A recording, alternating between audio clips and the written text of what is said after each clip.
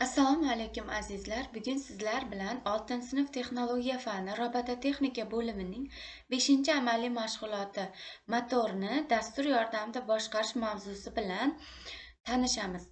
Bu mavzu bilan tanishish uchun eng avvalo biz Tinkercad platformasiga kirib olamiz. Tinkercad platformasiga kirish uchun Google qidiruv tizimiga tinkercad.com deb yozib olamiz.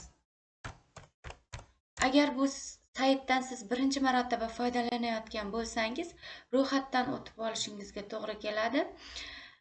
Men bu saytdan ko'p marotaba foydalanganligim sababli to'g'ridan-to'g'ri kirish imkoniyatini bergan. Bu yerda, ya'ni ishchi oynaning so'zat bo'limidan CP qismi tanlab olinadi.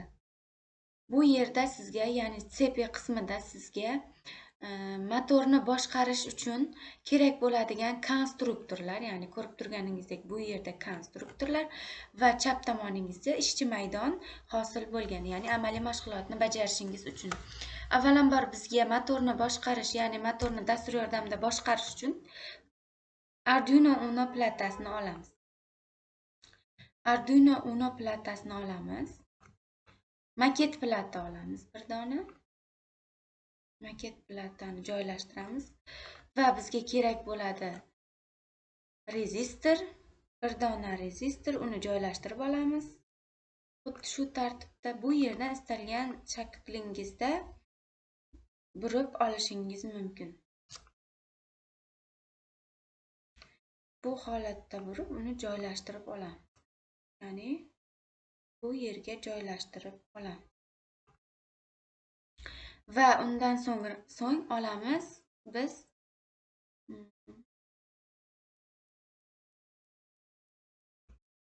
dvigatel olamiz. Ya'ni dvigatelni burib olamiz. Ko'rib turganingizdek uni burib olib bu yerga joylaymiz va undan so'ngra diod olamiz. Diodni ham xuddi shu ko'rinishda joylab olamiz. Bu yerga joylab olamiz va uni aylantirib bu yerga joylab olamiz. Ko'rib turgan shaklingizda.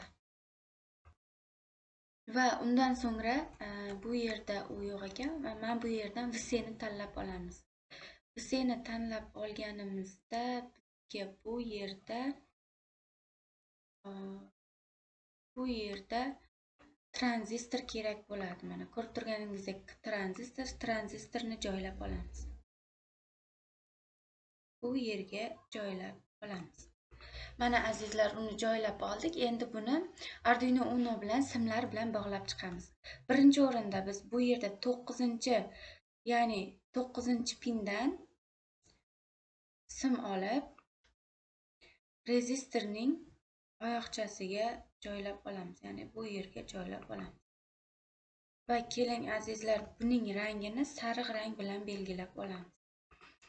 Va undan keyin bu yerdagi 5 voltli, ya'ni Arduino Unoning 5 voltli pinidan bir dona sim olib, uni bu yerga joylab olamiz. Keling azizlar, buning rangini qizil rang bilan belgilab olamiz. Qizil rang bilan belgilab olamiz.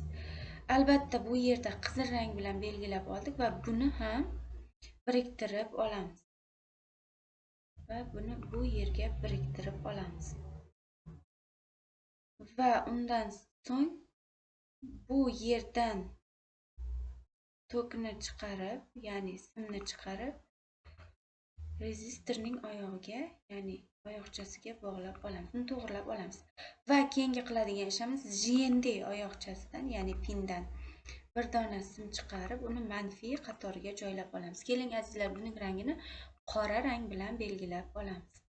Mana azizlar, ko'rib turganingizdek qora rang bilan belgilab olamiz va bu yerdan bu yerga chiqarib olamiz. Ya'ni bu yerdan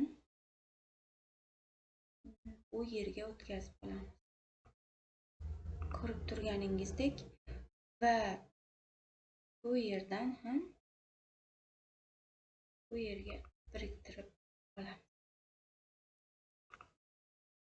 Mana azizlar, ko'rib turganingizdek bizda texnik qismi tayyor bo'ldi. Endi uning dasturiy qismiga o'tamiz. Dasturiy qismiga o'tish uchun eng avvalo bu yerda kod qismi joylashgan. Bu kod qismiga bossangiz, agar siz xohlasangiz uni tekstli variantlarda ham dasturini tuzishingiz mumkin. 6-sinf texnologiya kitobida uni tayyor dasturi berilgan. Lekin bizga bloklarda dasturini tuzish oson bo'lganligi va juda ham qulay bo'lganligi sababli uni sizga bloklarda dasturlab ko'rsatib bermoqchiman. Buning uchun keling buni suraylik. Buning uchun bizga kerak bo'ladi bir dona zamechaniy, ya'ni u yerga kommentariy yozib ketishimizga to'g'ri keladi. Bu yerdan, bu blokdan bir dona olib, ya'ni bu yerga o'chish ushbu misolda, ya'ni ushbu misolda LED chirog'i, ya'ni LED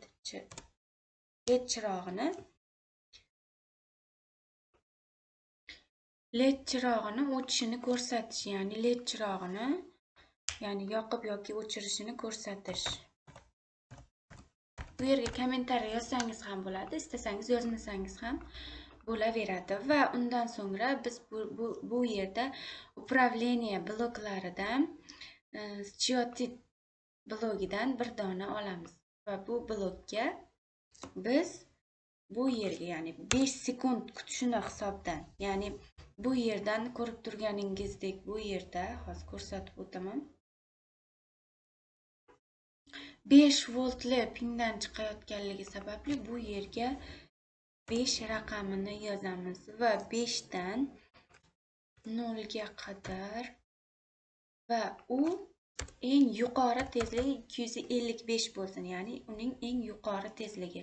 Va yana bir dona chiqish bloklaridan blokini olib, bu yerdan 9-pindan, azizlar, bu yerda ko'rib turganingizdek 9-pindan tok uzatayotganligimiz sababli 9-pindan chiqayotgan, ya'ni yorug'lik so'zini ham kiritib ketishimiz kerak. Bu yerga yorug'lik deb bir dona o'zgaruvchi hosil qilib, bu yerga yorug'lik so'zini joylab olamiz. Va yana ushbu sariq pindan kutish olamiz, ya'ni u 30 sekund kutsin yoki 2 sekund kutsin. U sizni o'zingizni ixtiyoringizga bog'liq, ya'ni istalgancha minut qo'yishingiz mumkin. Va yana xuddi shu blokdan bir dona olamiz, birlashtirib, buni yana, ya'ni 5 voltli tok pindan chiqayotganligi sababli buni yozib olamiz, ya'ni va bu yerni yorug'likka o'zgartirib qo'yamiz va bu yerdan maksimal tezligi 255 dan minimali 0 gacha tushganligi sababli va bu bloklardan yana olamiz va buni yana ko'rib turganingizdek 9-pindan chiqayotganligi uchun 9-pinni olib va yorug'likni bu yerga joylab olamiz. Va yana biz kutish olishimiz kerak. Bu yerdan kutish blogidan olib bu yerga joylaymiz va uni 30 sekund kutish qo'yamiz. Va bu yerni massaga o'zgartirib olamiz. Mana azizlar, uning dasturiy qismi juda ham kodlarda, ya'ni bloklarda dasturlash oson bo'lganligi sababli, mana azizlar, ko'rib turganingizdek kichkinagina kod bo'ldi. Endi buni ishga tushirib ko'ramiz azizlar. Mana ko'rib turganingizdek bu yerda nachat modelliravaniyani bosganimizda u avtomatik ishlashni boshlaydi. Mana azizlar, ko'rib turganingizdek bu yer ishlayapti. Mana bu yerda sanayapti va motor aylanyapti. Orqaga, oldinga aylanishda davom etyapti. Men o'rgatgan, ya'ni Tinkercad platformasi sizlarga yoqqan bo'lsa, ya'ni ishim sizga yoqqan bo'lsa, juda ham mamnunman. Keyingi darslarda ko'rishguncha sog' salomat bo'ling.